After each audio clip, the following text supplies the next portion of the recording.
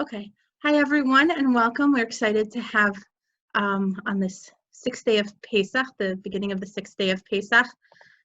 Welcome. We're excited to have Rachel Danziger teaching another class for us called God Showed Us a Finger, so why did we need the whole hand?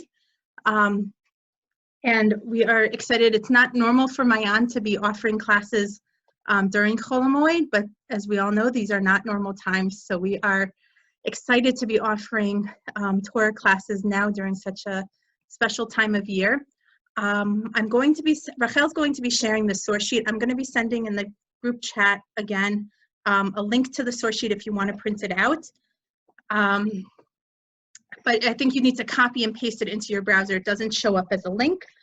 So I'm going to send it right now. And without further ado, Rachel, take it away.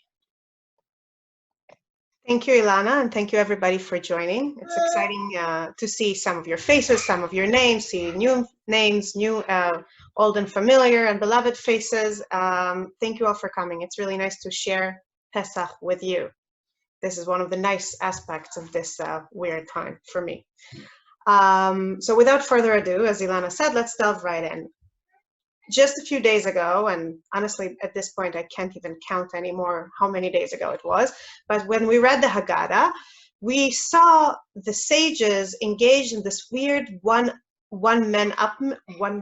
do you say that? Basically trying to get one over each other in trying to prove just how many devastating things God did to the Egyptians when he parted the sea. And one rabbi says it was 50 plagues, it was 10 plagues in Egypt, it was 50 on the sea. Another says, no, it was really 50 in Egypt and 250 in the sea. And they go on and on and on. I don't think I need to refresh your memory on that. It's pretty recent. But the interesting thing for me is that they're basing it on the idea. All of them are coming from the idea. And here I'll read what Rabbi Yosei Haglili has to say. All of them come from the idea that when we talk about Egypt, we say that God showed showed his finger to Paro. This is what Paro's advisors tell him. And later, when we see what happens when God parts the sea for the Israelites, we talk about God's hand. And because of that, they conclude that however many plagues there were in Egypt, there's 5 times as many in the sea. Let's just read it briefly from the middle of the first text there from Magid. In Egypt, what does it state? Then the magician said unto Paro, this is the finger of God. And at the sea, what does it state? And Israel saw the Lord's great hand that he used upon the Egyptians, and the people feared the Lord, and they believed in the Lord and in Moshe, his servant. And if we look at the actual verses in Exodus that it's quoting, in Exodus 14, verse 30, thus the Lord delivered Israel that day from the Egyptians. Israel saw the Egyptians dead on the shore of the sea. And when Israel saw the wondrous power which the Lord has wielded against the Egyptians, the people feared the Lord. They had faith in the Lord and his servant Moshe. Then Moshe and the Israelites sang the song to the Lord. They said, I will sing to the Lord, for he has triumphed gloriously. Horse and driver, he is hurled into the sea.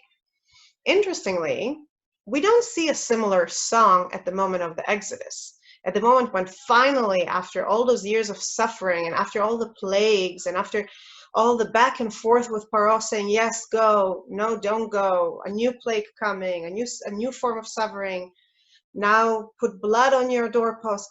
After all that, when they're told you can leave, we don't see them singing. We see them instead schlepping out of Egypt, carrying this unleavened bread because they didn't have time to prepare properly.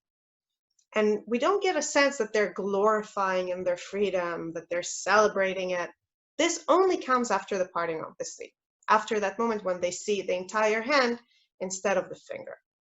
In fact, not only in the description in Exodus itself do we see this kind of disparity between the moments after the Exodus took place that are decidedly not so festive and unremarkable in a sense, and in contrast to the moments after the crossing of the sea and the drowning of the Egyptians, where there's celebration and song and this feeling of deep revelation, of seeing God himself, we don't only see it in Exodus, we see it even in the way the Exodus has been represented throughout the ages.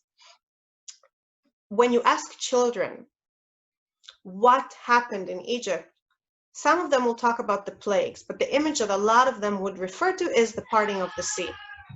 Last time we met, I told you about the family Haggadah that we prepared in my family. I see Mrs. Danziger here. When I asked the kids what they want to illustrate, some of them wanted to do baby Moshe, who's not in the Haggadah altogether, and the others wanted to do the parting of the sea. This is what stays with them. This is the image. And not only for children. If you look at these pictures in the source sheet, the parting of the sea continued to inspire people throughout the generations. When Benjamin Franklin was working on designing a seal for the newly formed American Republic, he thought that the seal should depict the parting of the sea, and in particular the drowning of the Egyptians, and say, you can see it, this circular image there, rebellion to tyrants is obedience to God.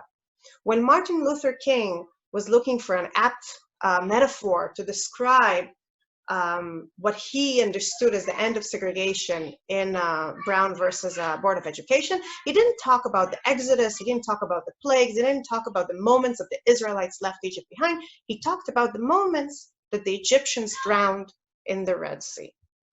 And the question I want to focus on today, and I would like to open it a little bit to discussion, we'll see how it goes, if we can unmute and mute and have a discussion in this forum.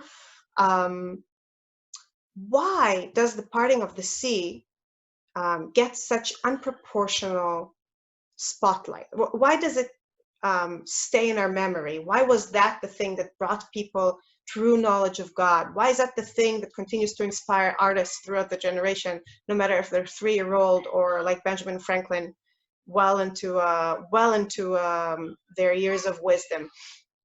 Why is that so much more in the spotlight than the moment of the Exodus itself? Would anybody like to share thoughts before we move on? Just unmute yourself. Yes, yes. I think one thing is that the Exodus was kind of a long, drawn-out thing with 600,000 people walking slowly across a desert, whereas you can really get a visual image for, like, boom, that was one moment, the parting of the sea. So I think it's easier to visualize one specific moment rather than a whole process, perhaps. I think there's definitely something very memorable in this visual moment, in this moment when, like you said, when we think about them marching and trudging out of Egypt, it's a little bit, what's the word, anticlimactic in a sense, because it's like slowly. Yes, Andrea, you wanted to share something? Along with that, the experience of the plagues would have been very diffused throughout all of society, but it was the army and their equipment and the actual enforcers of the slavery who drowned at the sea. So their chance of being brought back into slavery was what ended with the enforcers being destroyed. That's a very good point. I think that it's not just who is, it's who is targeted.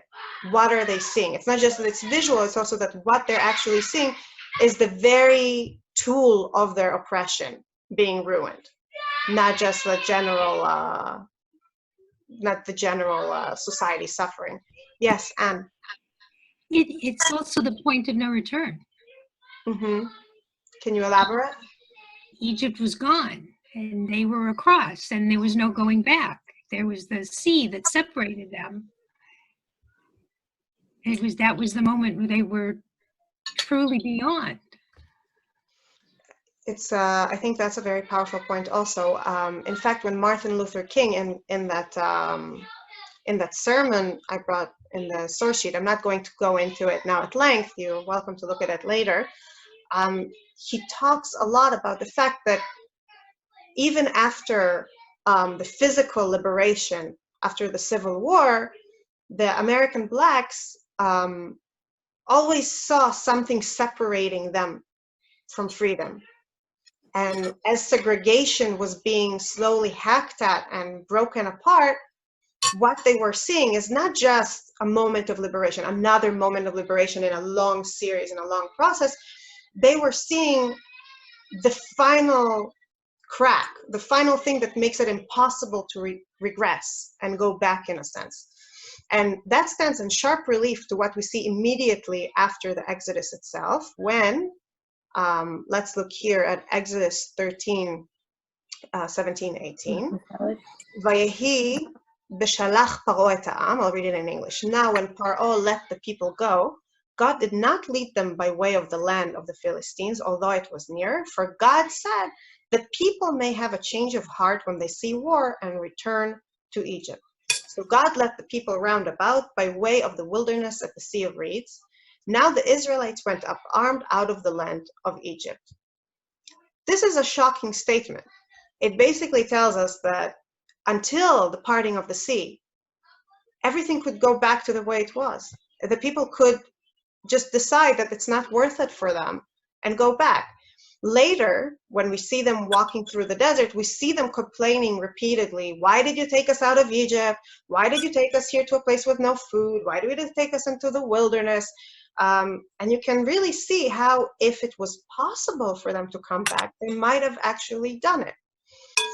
They're not as committed to the cause as we'd like them to believe. And perhaps by tearing the sea and by drowning the might of Egypt, the latter event, as Anne said, was a point of no return. Does anybody else want to comment or reflect? So I think that what happened at the sea, Yes, Vivian. on the one hand, they got to the sea and they see the water's there, the Egyptians are chasing them behind, and they feel like they're in a trap. Mm-hmm. And then suddenly, this is like the definitive event, the definitive proof. Once crossing the sea happens and the Egyptians drown, you're really, you're really liberated, that you don't have to go back. Whether you may want to go back later is a different issue, but it makes it feel real. All of a sudden, there's all the back and forth, with yes, you can go, no, you can't. They go, and then he changes his mind again. But all of a sudden, this is a very graphic, definite, memorable. Everyone, remembers this image. Finalization of, yes, you are now free. They are not there anymore to, whether it's the enforcers are not there. The army is gone, so you're really free, and they saw whatever Yad Hashem is at the sea. So it was a defining moment, because then there was this long on and off process, and now that part is over. Now you're out. Whether you want to, whatever you decide you want to do, or what your psychology is later, is something else. But you are out now. It's definite.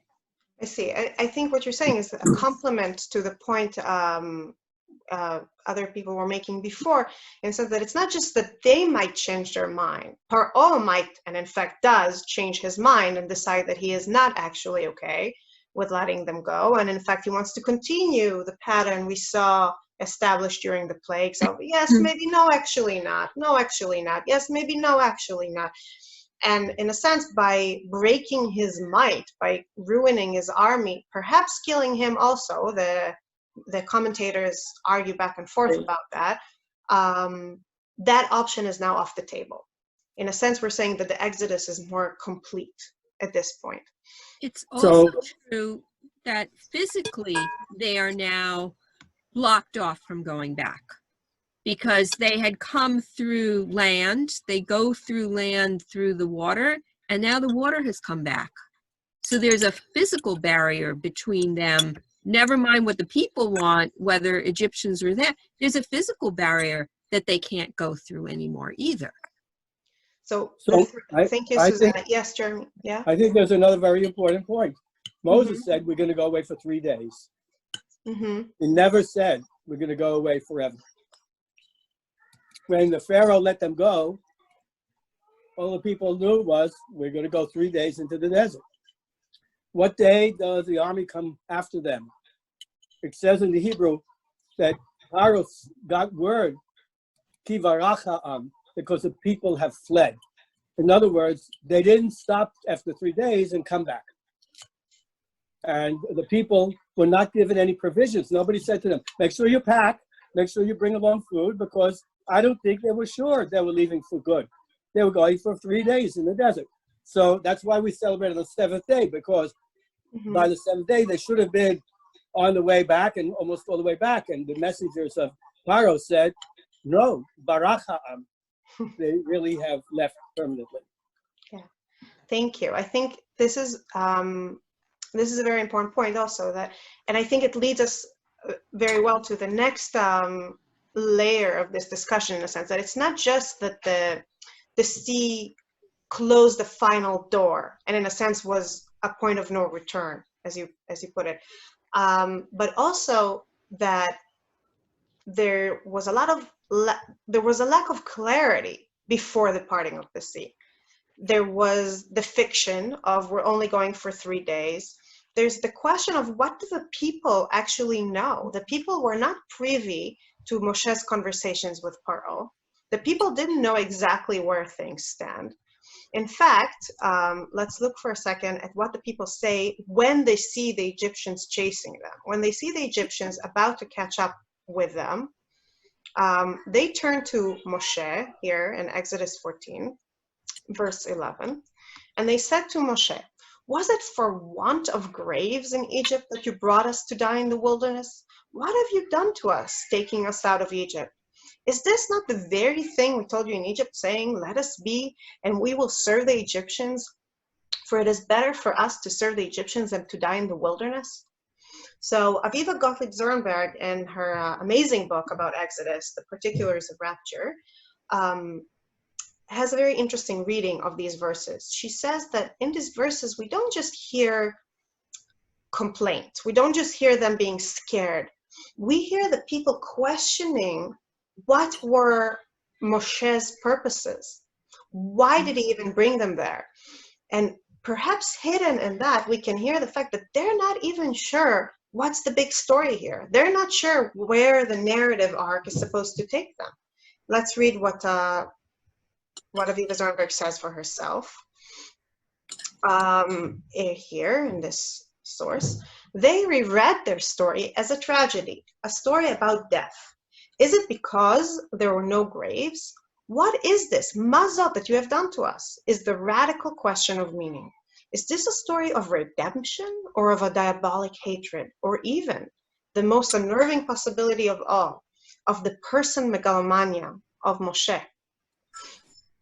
And she points out that at this point, the Israelites are floundering. They already know that they're not going back to Egypt after 3 days. They know that they went farther. They already know that they're in the desert, but they don't know where things are supposed to go now. They don't have the information that we, as readers of the story, and furthermore, as rereaders of the story, have. They don't even have the information that Moshe has. What do we know what a woman dragging her crying child through the desert had the attention span to even grasp about what's going on? What do we know about a hurried husband trying to get all his people, all of his family and his elderly parents out, knew about the destination and the big picture of it all? They're just going there. And furthermore, the only story that they had finally accepted until now, which was, we are desired by God, but Paro doesn't want to let us go, so we're kind of stuck in this in-between state, and God and Paro are fighting over us, and there's all these disasters striking, but then God and Paro continue to fight over us. That was the story they finally came to become familiar with, and all of a sudden, this story is snatched away from them as well. As Aviva Zornberg says, retrospectively, the people realized the drama, strangely satisfying, of being the victims, the desired ones, in a battle between God and Paro. Now, released from the perverse fascination of the Egypt situation, they face a cruel death in the wilderness, the end of the story.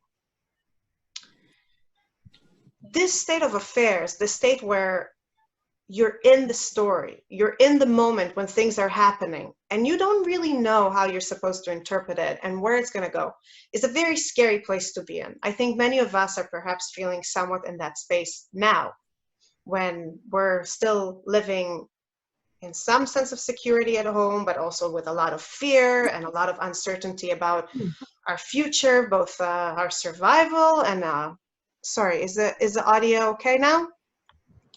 Can people Yes. hear me? Just a moment. Can you hear me better now? Yeah? Yeah. Well, if you can hear me, can you do like this? Okay. Cheryl, can you hear me? Yeah. Okay. Okay. Thank you. Sorry. I hope it'll be okay now. So, sorry, I think we're a little bit in that space now where we don't know where the story is going. We have a little more clarity perhaps than we had 2 weeks ago, because we start seeing the curve going down in other countries. Sadly not here yet. On the cusp of it, hopefully.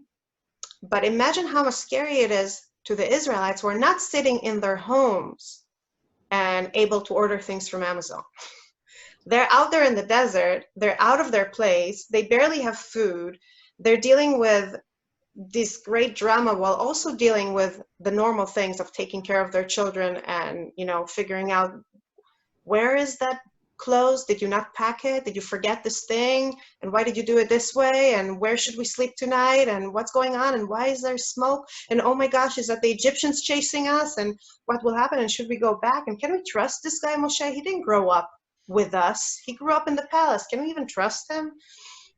They're in the middle of all that. They're in the place of terror that is the beginning of the story. They don't have the privilege we have of looking back and saying, yes, this is the Exodus, this leads them to freedom and identity and meaning. And until the parting of the sea, they have no perspective. They don't have an interpretive framework to examine their reality through and try and make it into something coherent, something that will give them a sense of security, a sense of control over where they are in history. You know, I recently read a very interesting book called Tories, about the loyalists of the American Revolution, the people who fought for the crown, the people who ended up going to Canada or to England or elsewhere in some cases, and who spent many years fighting and arguing against their brothers, I'm just checking the sound again. They spent a few years arguing, fighting, sometimes actually bearing arms against their neighbors, against their brothers in some cases, against their sons or their fathers, passing information, trying to stop trade routes. And they did all of that out of a deep conviction that they're on the right side of history, that history is in fact going to remember them as the people who saved British America. It's easy for us looking back to say they were on the wrong side of history. In fact, sorry, having all kinds of technical issues here. In fact, if you look at here, I have a segment from Hamilton the musical, Lin-Manuel Miranda's amazing work of art, where he brings, this is one of the only places in the whole musical where he brings the voice of a loyalist. This is before they declared independence. This is before the war broke out in earnest. And this guy, Samuel Seabury, has a petition explaining why the colonies should remain loyal to the king. And it's interesting to see that the way Mr. Miranda presents this voice is ridiculous. This guy says, hear ye, my name is Samuel Seabury, and I present free thoughts on the proceedings of the Continental Congress. And even the voice, the way it's sang, I encourage you to look it up on YouTube if you haven't heard it before. He sounds so pompous, so empty-headed, so silly. And then he just says things like, for shame, for shame. He doesn't have an actual argument. And the Hamilton character argues against him and refutes his arguments decisively. But when we listen to the actual historical Samuel Seabury, when we look at the writings of other loyalists at that time, it looks very different. They had a deep faith that those crazy revolutionaries are trying to overturn a system that worked for many, many, many years, a system that's established on foundations that existed for thousands of years, on a certain hierarchy, on certain divine rights, and that this is craziness, this is insanity, this is dangerous. So looking back, what I'm trying to say is that when we look back with the benefit of history, it's easy for us to assign the role of the fool to the people who were proven wrong by whatever actually took place. But in the moment, there's a lot of voices and a lot of options and a lot of interpretations. And until the moment of the parting of the sea, this was the reality of the Israelites marching. There are the people who say, why did you bring us here? There's the people who didn't bother preparing bread. There's the people who believe that they're only going for 3 days and the people who suspect they're going for longer. There's all these fractures in the text. And there's another problem. There's another deep problem in this Israelite march out of Egypt. Let's look again at the source sheet. At the very words that begin Parashat Beshalach, moment. Vayehi beshalach paro et ha'am. Who actually sends them out? Who actually lets them go? Paro. They are not leaving because they chose to. They are not going because God tells them. They go because Paro sends them. And that means that on a very deep level, they're not real partners in their own liberation. They're not choosing it with full knowledge of what it is that they're choosing, or even with desire to choose that. And yes, Susanna, you're muted. Sorry. I've always said that one of the very interesting things is at the very, very, very beginning, when Moshe comes to Bnei Israel and he tells them all of the wonderful things God was going to do. And then, you know, the first thing that happens is that Paro says, fine, you have more work. And the people are like, you know, go away, don't bother us, you know, whatever. And then the Bnei Israel basically drops out of the story. They are never partners in their liberation until you get on the other side of the sea, as it were. Because, or you can, you know, argue, you know, at the time of the Pesach. But in the very beginning, they're called to come and be part of it, and then they drop out. They go back to their work.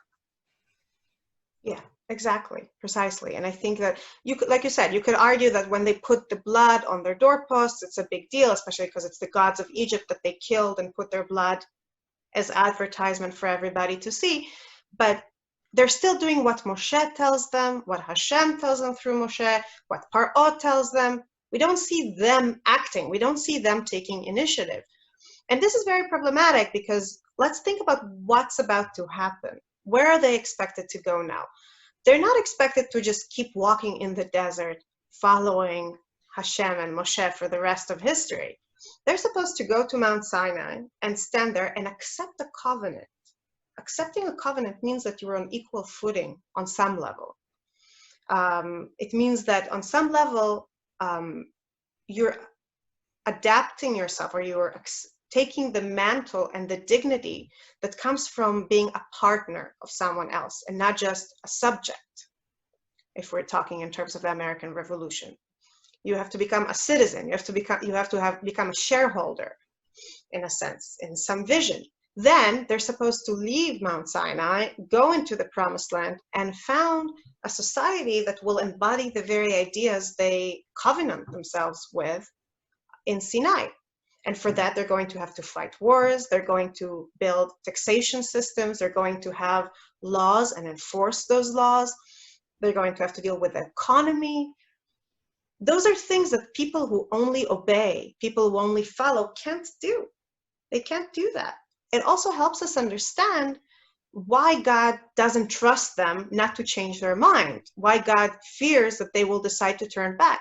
Because if they never fully chose it, if they never really led themselves out of Egypt, do they really have the internal mettle, the internal resolve that will help them when they face any opposition?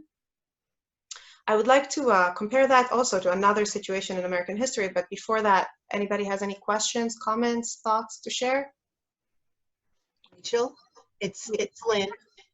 Yes. I think right after the crossing of the Red Sea in chapter 14 of Exodus, there seems to be a union because Moses holds out his hand. Mm-hmm. So it's a parallel in some way to God. Vayet Moshe et yado al hayam. And then, you know, the Egyptians are drowned. Then you have God's hand as well. And then the culminating pasuk is when Israel saw, seeing is believing. Himra'u vayar Yisrael tayad hagdolah asher asah vayeru ha'am et Adonai vayaminu b'Adonai u'b'Moshe avdo. So Moses and God are united in the way and outstretching the arm, and somehow Israel brings itself into that moment, which then dissipates, but at that moment they're unified. And then you have Shirat Hayam. And then it falls apart because Vayara Amki Boshesh Moshe, and it's, you know, it starts all over again. But it's at that moment where they are united, where there is a sense of purpose, and there is a sense of Vayiru, Yir'ah, seeing is believing. Yes, I think you're definitely right. And let's look at it in the verses for a second again. Just a moment. In the moment when they reach the sea and then they see the Egyptians coming and then they yell to Moshe, why did you bring us here? Here, I'm jumping ahead a little bit. At first, Moshe gives them a reassuring answer that doesn't challenge them to act out of their comfort zone. What he tells them in Shemot Yudalet 13:14, but Moshe said to the people, have no fear, stand by and witness the deliverance which the Lord will work for you today. For the Egyptians whom you see today, you will never see again. The Lord will battle for you. You hold your peace. He tells them, keep following, have faith.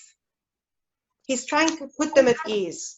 But that's not what Hashem says. Hashem challenges them to act beyond that. Hashem says, Vayomer Hashem el Moshe, why do you cry out to me? Tell the Israelites to go forward. In Hebrew, Daber el Bnei Israel vayisau. And you lift up your rod and hold out your arm over the sea and split it so that the Israelites may march into the sea on dry ground. And I will stiffen the hearts of the Egyptians so that they go in after them. And I will gain glory through Paro and all his warriors, his chariots and his horsemen. Let the Egyptians know that I am Lord when I gain glory through Paro, his chariots and his horsemen. Note that, as Lynn pointed out, God, Moshe, and the Israelites all have a part in the crossing of the sea. But the first part, the first step has to be taken by the Israelites themselves. They have to go for it. Only after that, Moshe has to lift up his rod and hold out his arm, and then God will hold out his arm, and et cetera, and bring it all about. But the first step has to be theirs. And this is crucial. You know, thousands of years later, John Adams, another important founding father, had very similar concerns about the American Revolution. John Adams spent much of the Second Continental Congress in Philadelphia arguing back and forth with what was called the moderate faction. This was before they declared independence, and there were still a lot of people in Congress and even more people in the colonies who said, no, it's only the ministers, it's only Parliament being cruel and unreasonable. If we get through to the king in his mercy and his grace will give us what we want, will respect our rights. We just need to, you know, push the correct political levers, use the situation correctly. Again, it's easy for us to mock them looking back, but at the time they made a very reasonable point. Why engage in a war with an imperial power when we can get through to them and get what we want without it, and remain loyal subjects of the crown as we were, as our fathers and grandfathers were. Why break away from all that? And John Adams argued against them and refuted them and led meetings and did a lot of campaigning. And then in late 1775, King George III won the argument for him, because King George III, the very man that all those moderates thought will be able to see things from their perspective, declared in the Prohibitory Act that their colonies are at a state of rebellion, and he's effectively removing his protection from them.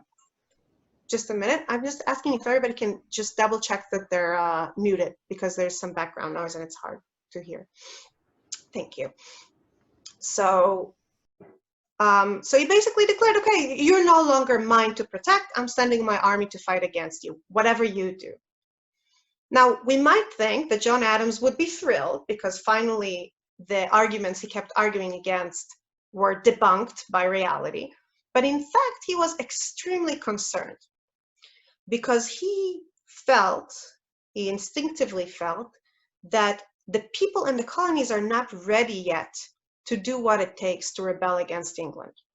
So now that events overtook him, before people had time to really reach this conviction for themselves, the whole enterprise might fall apart. And we see it in his letters from the time, in his letters and his declarations from the time. We see his concern. A moment, sorry. If you look at this letter that John Adams wrote to James Warren in April 1776, this one is more hopeful. It's a few months later. They are advancing, but by slow but sure steps, to that mighty revolution which you and I have expected for some time. Forced attempts to accelerate their motions would have been attended with discontent and perhaps convulsions. The royal proclamation and the late Act of Parliament have convinced the doubting and confirmed the timorous and wavering. I think it is now the precise point of time for our Council and House of Representatives either to proceed to make such alterations to our constitutions that they may judge proper, or to send a petition to Philadelphia for the consent of Congress to do it. It will be considered as fresh evidence of our spirit and vigor, and will give life and activity and energy to all the other colonies. And here he makes a very important point. 4 months ago, or indeed at any time since you assumed the government, it might have been disagreeable and perhaps dangerous, but it is quite otherwise now. Adams had a lot of respect to the process. He was afraid that the people themselves are not going to fight for this independence that was thrown into their lap by the king. And he was afraid also that the different colonies will not be able to form effective governments. And that's a project he really threw himself into in the following month, in helping the various colonies form constitutions, in the hope that the transfer from people who are still trying to figure out what they're doing to people who govern themselves and are able to muster arms and stand against an army will be as smooth as possible. But until he actually saw it take place, he feared very much, as a historian John Ellis puts it, that he will lead a parade which will be basically him and a few other delegates, and that's it. And none of the colonies will actually march behind him. And what John Adams sees in our modern era is exactly what the Israelites experienced before the parting of the sea. Namely, that people who are not there with it, with the project, not feeling that it's their decision, that it's their project, that they want to do it, wouldn't really be able to sacrifice and to stand up and to lead a very protracted and long campaign to defend the freedom they acquired. It's not enough to become free from Egypt. You need to have something within you that makes you strong enough to have what's called freedom for, not just freedom from being unshackled, but the freedom to actually shape your life. And by forcing the Israelites to take initiative, to be the ones that lead the process of crossing the sea and go into the waves, God challenges the Israelites to take such a role and to rise to this moment in their process of exodus. But the question is, of course, what is it about the crossing of the sea that makes it work? you could say that even after this moment, they're still undecided. They're still unclear about where the story is going. They're still kind of doing it reluctantly because God told them to, and they have no choice because otherwise the Egyptians will kill them. So they're just jumping in.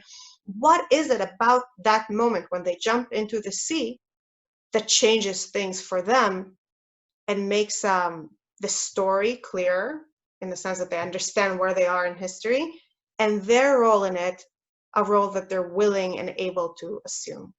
And I would like to hear if anybody has any thoughts on that.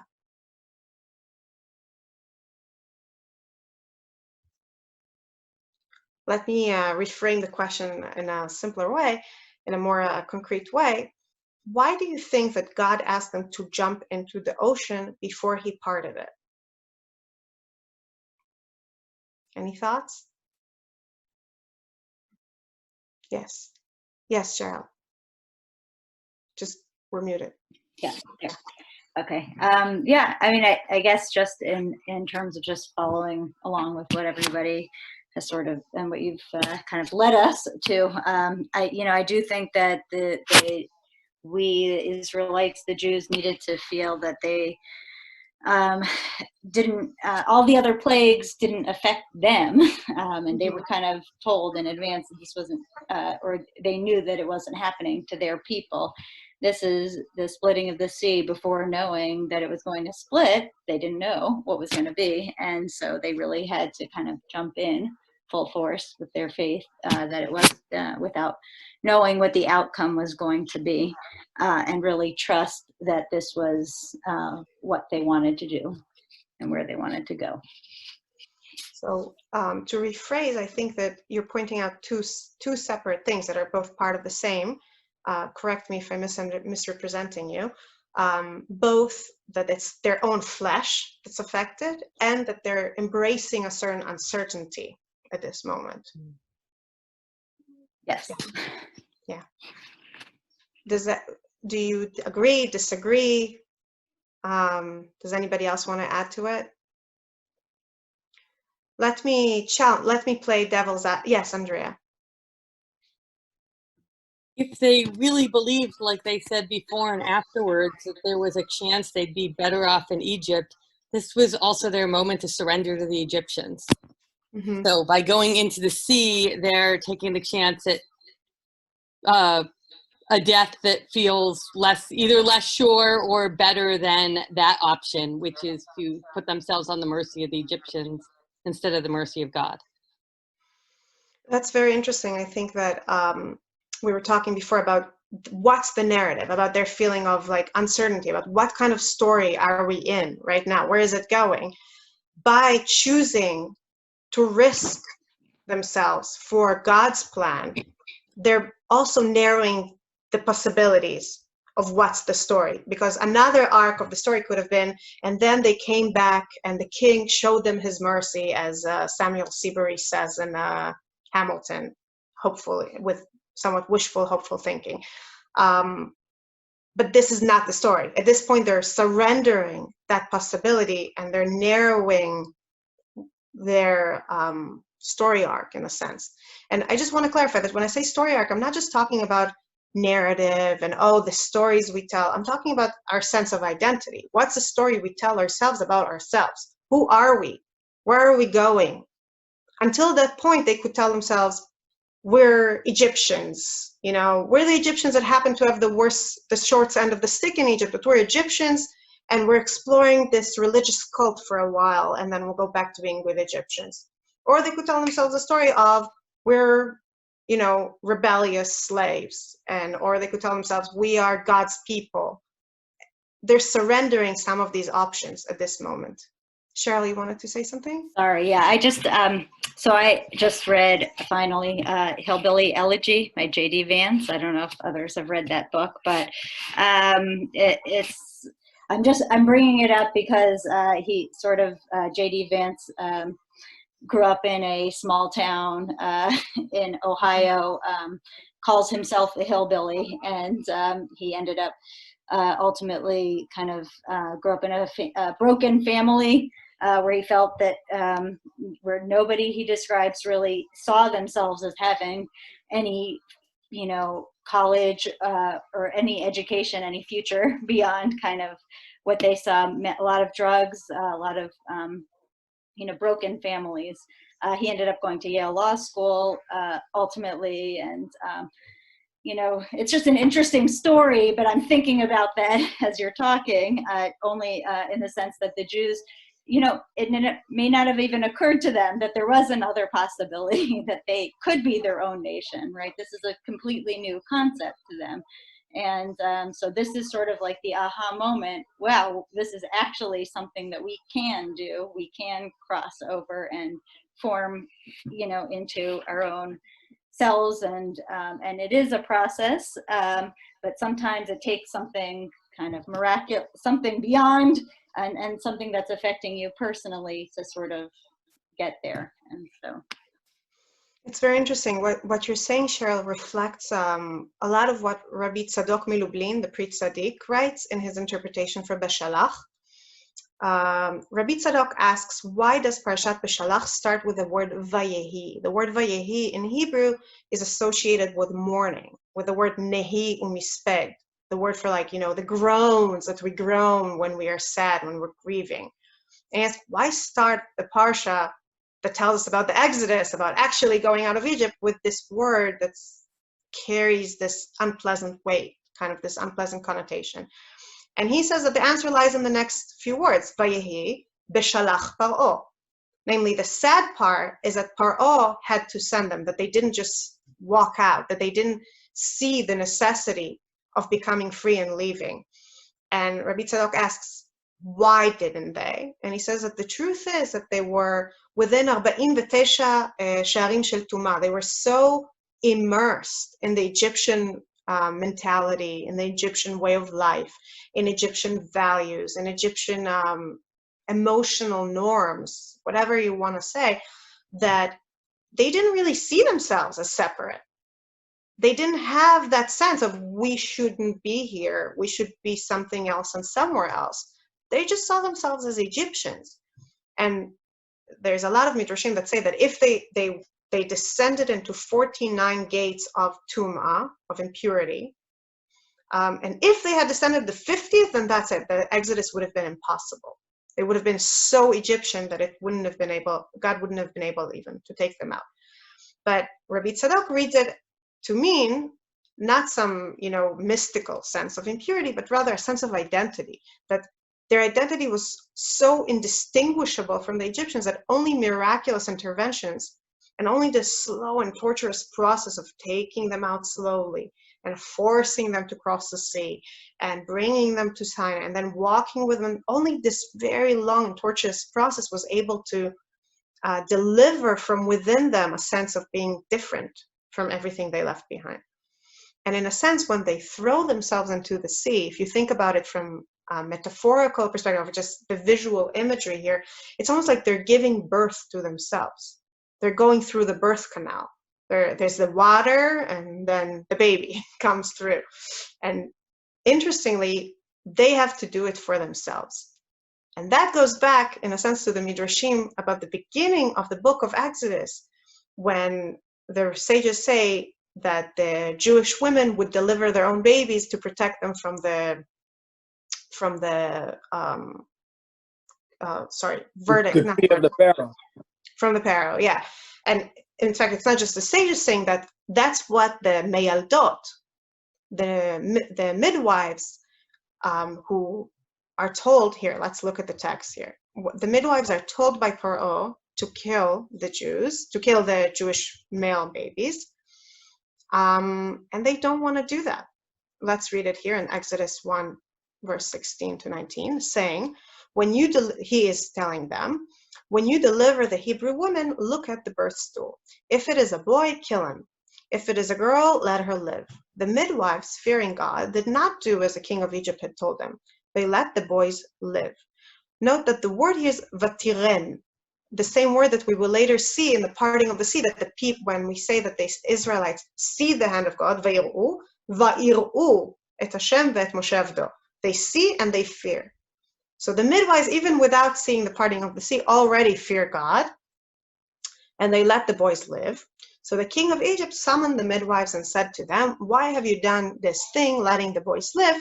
The midwives said to Paro, "Because the Hebrew women are not like the Egyptian women. They are vigorous. Before the midwife can come to them, they have given birth." They create this fiction, which a lot of sages say actually then became true. It became so unsafe that the Jewish women would go and deliver their own babies. So at the moment of the parting of the sea, we have to do that on the national level. We also have to choose to fear God more than we fear Paro. We have to choose to throw ourselves on God's mercy and not on Paro's mercy. We have to narrow our possibilities and make that choice. I want to add something from a more personal perspective here. As I think most of you know, my father was a prisoner of Zion in Soviet Russia. And when he was interrogated leading up to his trial, his interrogators, his KGB interrogators, wanted him to crack. They wanted him to come up with some sort of public admission that he was wrong, that the Zionist movement is wrong, that the Jews should stay in Russia, that there's human rights in Russia, that everything he and his colleagues, the dissidents and the refuseniks, were fighting to bring into the attention of the world was actually their own fabrication, and that there's no suffering in the workers' paradise. And they were putting an enormous amount of pressure on him and trying to threaten him and scare him. And they kept telling him, you know, you're being tried as a traitor, as a spy. This is a very heavy accusation. You're probably going to get rastriel, which means death by fire squad, being shot to death.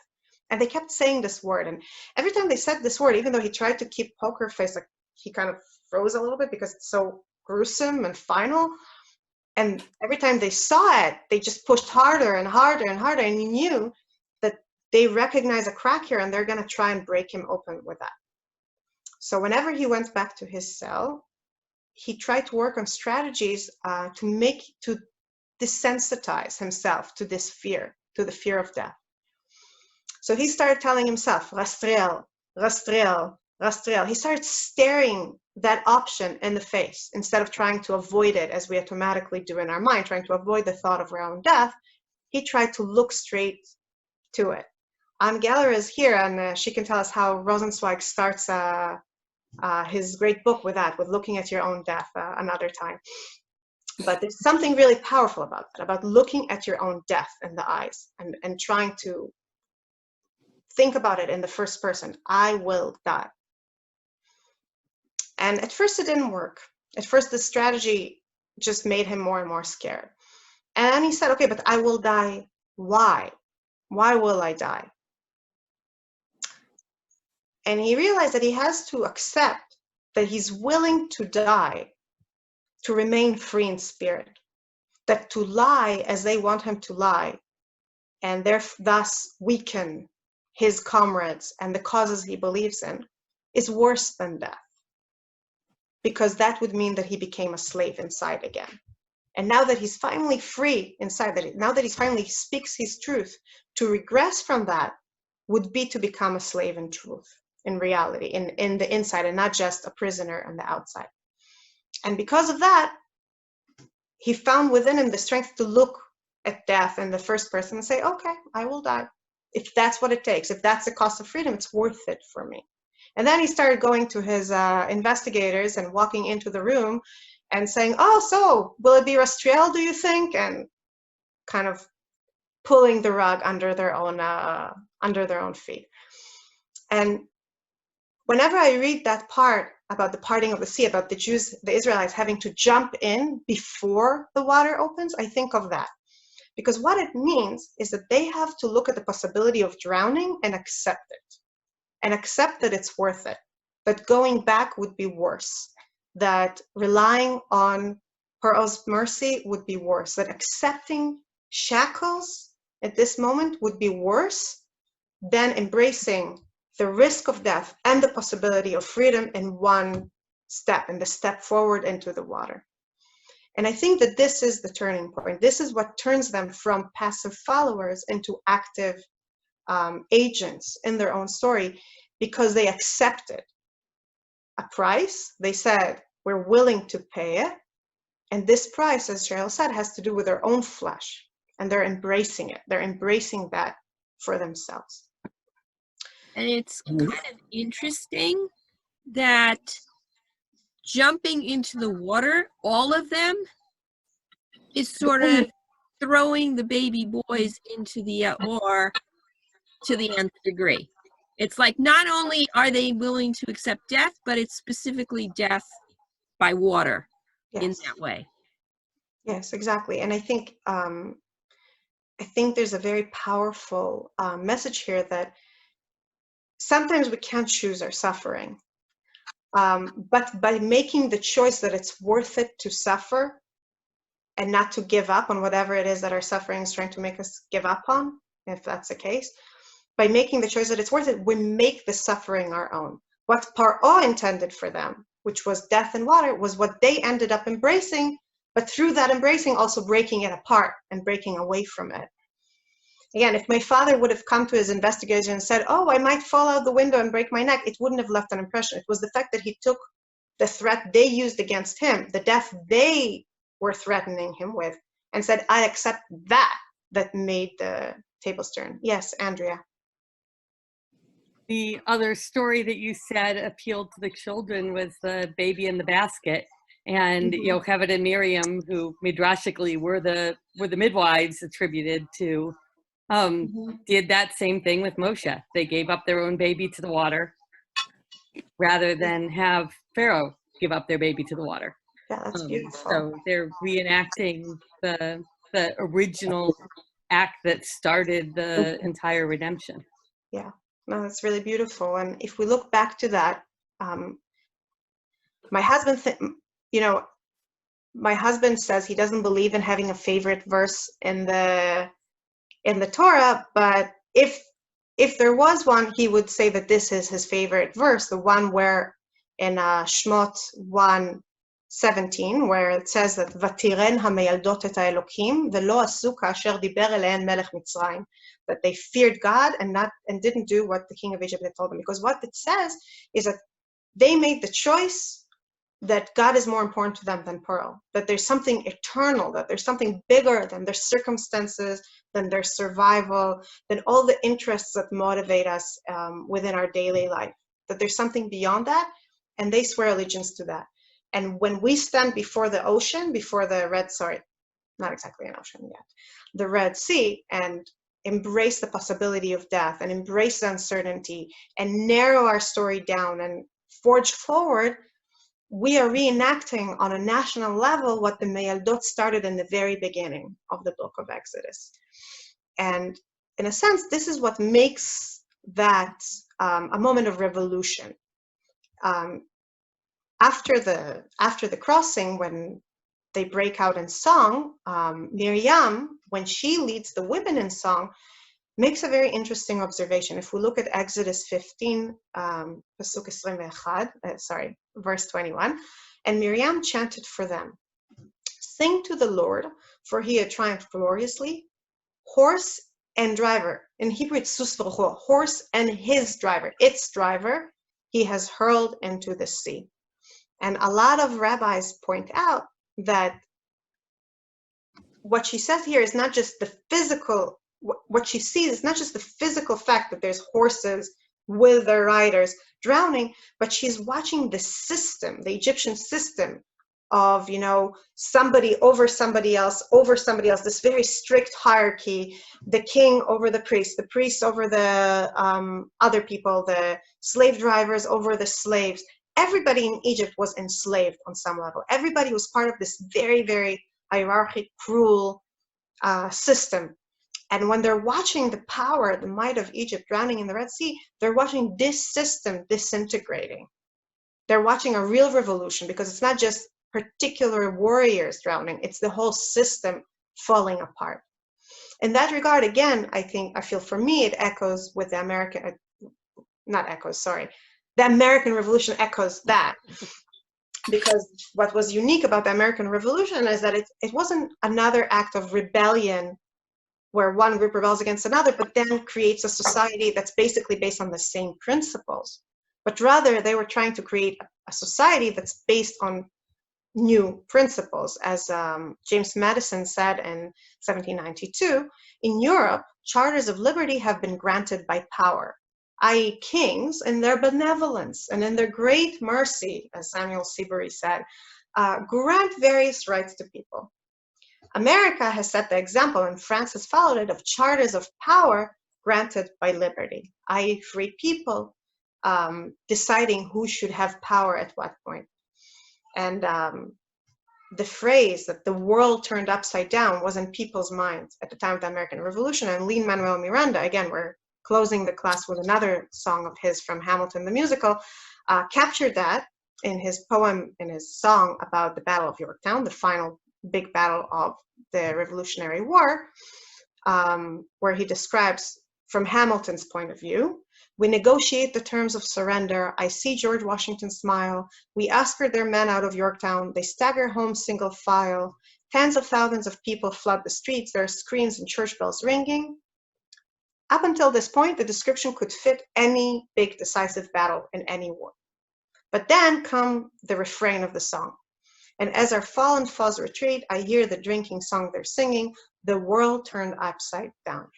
Because it wasn't just another moment, another victory. It was a moment where the fabric of the world, where the way people do societies changed, which of course is extremely important for the Jewish story in America, as George Washington put it in his famous letter to the Hebrew congregation in Newport, Rhode Island, when he said, "It is now no more that toleration is spoken of, as if it were the indulgence of one class of people that another enjoyed the exercise of their inherent natural rights.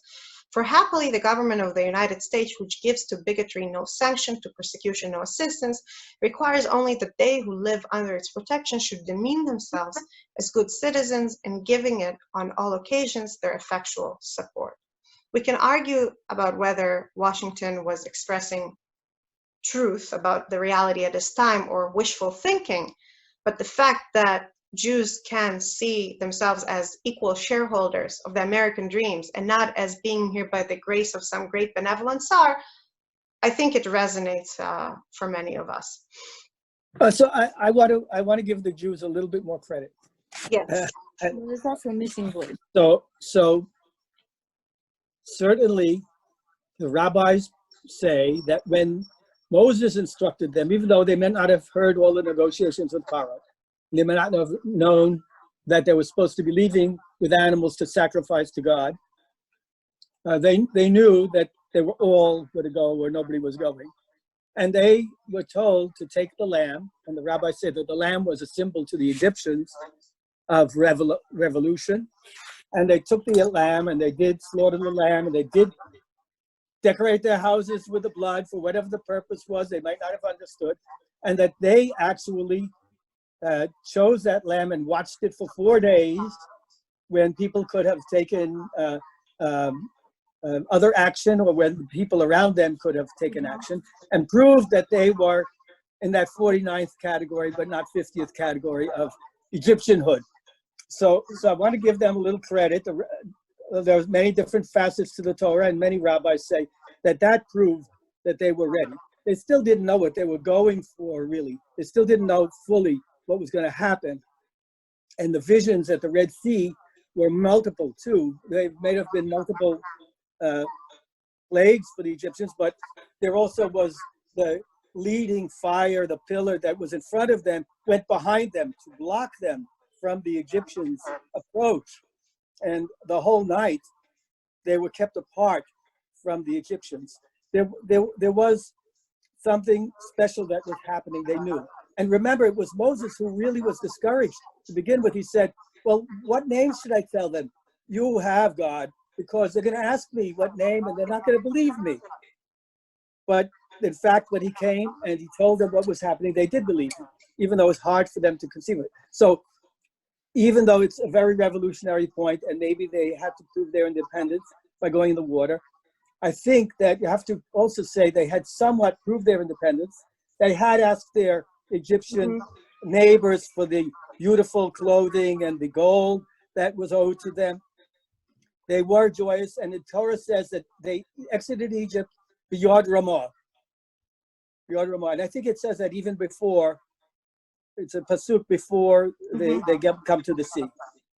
So the problem is it's etzem hayom hazeh. In all the places in the Torah that says etzem hayom hazeh, it's dangerous. And all the places that says etzem hayom hazeh, but it could be, should I go now? Noah getting into the ark. And it's also etzem hayom hazeh. The day of Yom Kippur is etzem hayom hazeh also, because is it really going to be all good, or is it really going to be all bad? What balance am I on? So I want to say they're in the middle. They're maybe not totally convinced. It's not that they're cowards or still totally in the slave mind, but that it's sort of dangerous, and it was scary. That night people were dying, and they didn't die, but now they're being forced to go. Gorshu mitzrayim. They couldn't just walk out. They couldn't just go themselves, because the neighbors were all saying, no, we're all going to die. Get them out, push them out. Okay, so it was very dangerous. It was very disconcerting. And so I'm going to give them some credit. They went anyhow. They did slaughter the lambs, and they just needed to make another step forward. So there's also a missing voice. The years are off, but they started in Egypt as a family, and they had the memory of Abram had been told his descendants would be slaves, and they would for X number of years, and then they would come out of Egypt and go back home to the land of Canaan and you never see that directly in Shemot. Maybe you see that some members of the tribe of Levi seem to hold some memories of what the people should do, or what rules are of the rules that the family had, but which also seems strange because Levi, the person, was very different. But you don't see that directly as part of the knowledge of where they're going, or what's happening and what's coming next. And is Moshe really the catalyst for this happening? And on the sea, it took, I don't remember what tribe he's from, but it took Nachshon and Ben Aminadav to go in up to his neck before the sea split. It was really one person going for everybody, and then they followed. So first of all, I want to thank Jeffrey for this point. I think it's really important to remember that, and I'm sorry if I presented it as if, oh, they did no choices, they were not really part of it until the parting of the sea. I meant that it was a process, but at the parting of the sea, it was a climax. It was a moment that really had to take them beyond just relying on what others tell them and embrace the danger for their own flesh and the uncertainty for themselves. But thank you. I think it's an important corrective point. Eileen, in regards to what you're saying, I want to bring 2 points. One is that we know historically that slave societies, one of the first costs of becoming a slave society is that you lose touch with your history, that the connection between generations decays. And decays is perhaps too generous a word here, is rooted out. People are no longer in control of their own lives, so they're also not in control of passing on their own stories. And it becomes a very, very challenging experience, and we see how different slaves in America dealt with it, and there's a lot of scholarship on that, but it's always a challenge, and I think it makes sense that they don't have a clear memory of where they came from, but they have some sense, but not, they're lost within history in a sense. And I want to add that the sages add the character of Nachshon ben Aminadav from Shevet Yehuda as the person who crossed the sea first. And as he reached to his neck, the sea opened. So it wasn't really that all of them had to throw themselves into the water, which to some extent weakens my point, because then they didn't all have to embrace, just a moment, they didn't all have to embrace death. But I think even if we think about it, even if that's the case, if they saw, and realistically, some people would have had to be first, and the ocean would have had to open before they drowned. So the people behind them wouldn't have had to make the same terrifying choice in the same way, unless they all stood single file on the beach, which is hard to imagine. But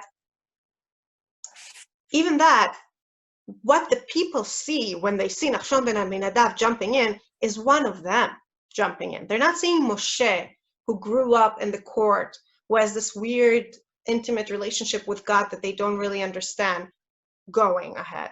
They're seeing one of them. And I think that's a different psychological experience.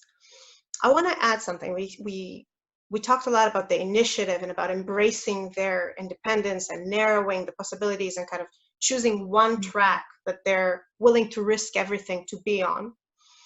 But I think that there's another element that the parting of the sea adds to the story of the Exodus that's important, and it goes well with Jeffrey's point about how they already made certain choices before, the choice with the lamb, the choice with the blood, the choice to actually go out. And that is perspective. At the moment of the Exodus, they experience a lot of things.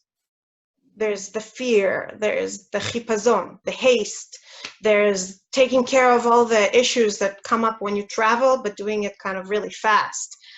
There's the fear, and there's not really an interpretive network for you, one agreed upon, everybody knows, interpretive network to kind of fit your experience into. In a sense, I think we can all relate to it perhaps better now. Think a few weeks back when all of a sudden Corona became from this thing in the East to, oh my God, it's coming here and we have to stay at home now and we're going to lose our job now and our friends are sick and perhaps dying now, and all these horrible realities suddenly tumbling over our heads. In the beginning, a few weeks back, we didn't have much by way of framework to fit it all into. And there was this overwhelming, beautiful wave of Jewish content online, of various articles, various lessons, various blogs, trying to make sense of this reality. Because thank God we have thousands of years of history that we can borrow, we can draw upon at times like this. But there wasn't one narrative, there wasn't one clear sense. A lot of people, some people focus more on feeling sad, some people focus more on feeling optimistic. It was too messy, that moment of experience, to be able to really frame it in some way. And I think that when the Israelites are leaving Egypt at the beginning of Parshat V'Shalach, it's like that, except much, much more than that.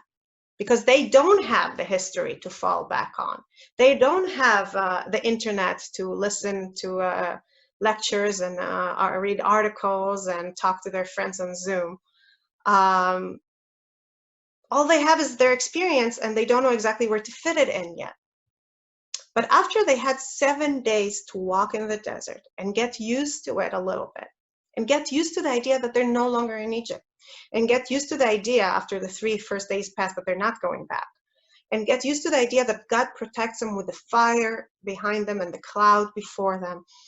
Once they had a few more experiences to kind of add into this jigsaw that they're trying to make sense of, having an event like the parting of the sea is inherently different, because it's not out of context, it's not out of the blue. They already have certain clues, certain sense of how to interpret it as it's happening. As it's happening, it's not just overwhelming experience, things are happening, but like, oh, it's another step in the process that we already saw beginning. And this clinches it. This makes those experiences make sense for them, looking back, and at the same time, it helps them make sense of the present as they're experiencing it. And this